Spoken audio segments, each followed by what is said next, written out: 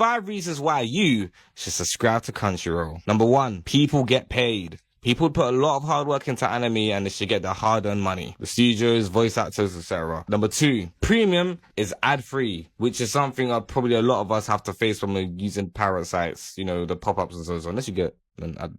Anyways. What's up, guys? It's been a while. I have a couple of videos lined up for the next few weeks because I'm free, sort of. So we're assembling masterclasses as you listen, and today we're going to talk about Crunchyroll, as you can see from the title, and how they're in shambles and digging their own grave in a way. I have talked about anime and streaming as separate topics in past videos, but never talked about streaming anime because Crunchyroll is really the only dominant player in this field since merging with Funimation, and they've ascended as the streaming anime service, one of the few places to ethically get your vitamin 2D, or voiceover moments in yaoi where tension is at its highest with your homeboy. But they've been doing some nasty things recently I wanted to talk about and discuss why I don't pay for their services in general. And yeah, let's just get right into it. Let's babble. So, the big thing Crunchyroll has been up to recently is the takedown campaign of hundreds of pirating websites. Crunchyroll is right now working with MarkScan on this campaign to wipe websites that give users the option to watch anime for free. I will not give out those websites because I'm no snitch, but very nice, very generous. And I've done some research about Crunchyroll and how they came out the gutter themselves, and they were also originally a pirating website when they first launched in 2006. But eventually, they became a legal distribution website in 2009 with investment from a venture capitalist firm, Venrock, founded by a member of the Rockefeller family. Very good, nice, ethical family. You guys should look them up. So if you do some calc, slang for calculations, that's only 3 years of their existence they were an illegal distribution website. And I've seen some videos and people pointing out that it's hypocritical what practice they're taking part in. And I would not say it's hypocritical in itself because I think a lot of pirating services would ideally prefer to be legal streaming websites. They're just not lucky enough to yet have a venture capitalist knocking on their door giving them some money. A lot of these websites obviously know that they're a target because they distribute illegally, and hey, salute to them for thugging it out. I greatly appreciate it myself, but what I will say is it's pretty fucking greedy what Crunchyroll is doing because they're thinking that they take down all these websites, they think people are going to flock over to their service and pay for it in a complete panic, and that's clearly not the case. Right now, as of recording this video, it is anime. And Crunchyroll is promoting this month with a subscription for $1.99 to $2.99 a month, with discounts on the Crunchyroll store, depending on the subscription tier. Now, some of you guys might be asking, who's eligible for this package? And it is only for new and returning subscribers. It's very important to point that out because this does not apply to current subscribers. And to them, they're the guy that nobody invited, even though they've been their most loyal customers. This $1.99, $2.99 a month sub is only temporary, and then it reverts to normal prices. I know they're praying. They were praying people buy this and forget the subscription, especially on top of the price hike they had a few months ago. Woo! An IQ so high, who could think of this? HQ gonna be doing money spreads Bill Gates can only dream of. And their list of greed continues, whether it's the discontinued free tiers, controversies regarding voice actor pay, or their problems with protecting users' private data, whether they sell it or, as of March this year, a cybersecurity breach where customers' data is taken by bad actors.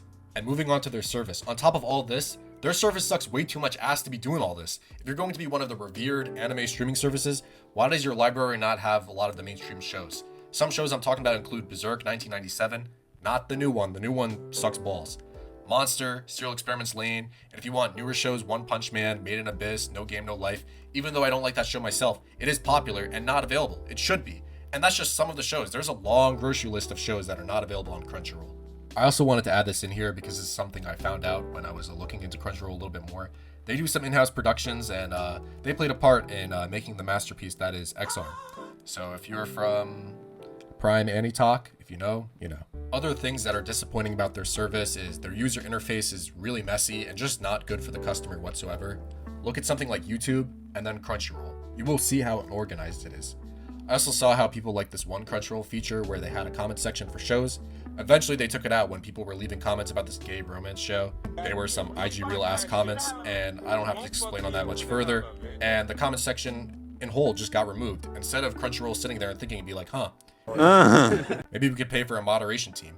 A lot of social platforms have this thing called a moderation team, but it's clear that Crunchyroll don't want to pay for all that. And this is not a ridiculous ask or demand. Like, some of these pirating websites have moderation teams and comment sections. It's silly how a company valued at $1.2 billion can somehow not make that work. My personal problem with them generally is that I'm not paying for a subscription because if I'm paying for a service that is anime only, I want a service that is going to give me all the anime I want to watch. I'm not asking for anything too niche, I promise. But why bother if the service is becoming expensive and shittier? This is not the correlation that the customer wants.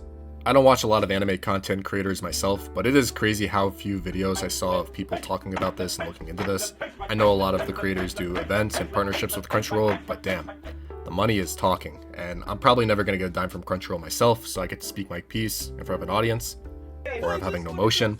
And my final thoughts on Crunchyroll is that this service is not serious. How are you going to have a large market share of anime streaming and still be desperate for bread and be a tier below in terms of quality of other streaming giants, you know? Anyways, that's about it. Don't forget to subscribe. I'm trying to hit 1,000 subs as soon as possible.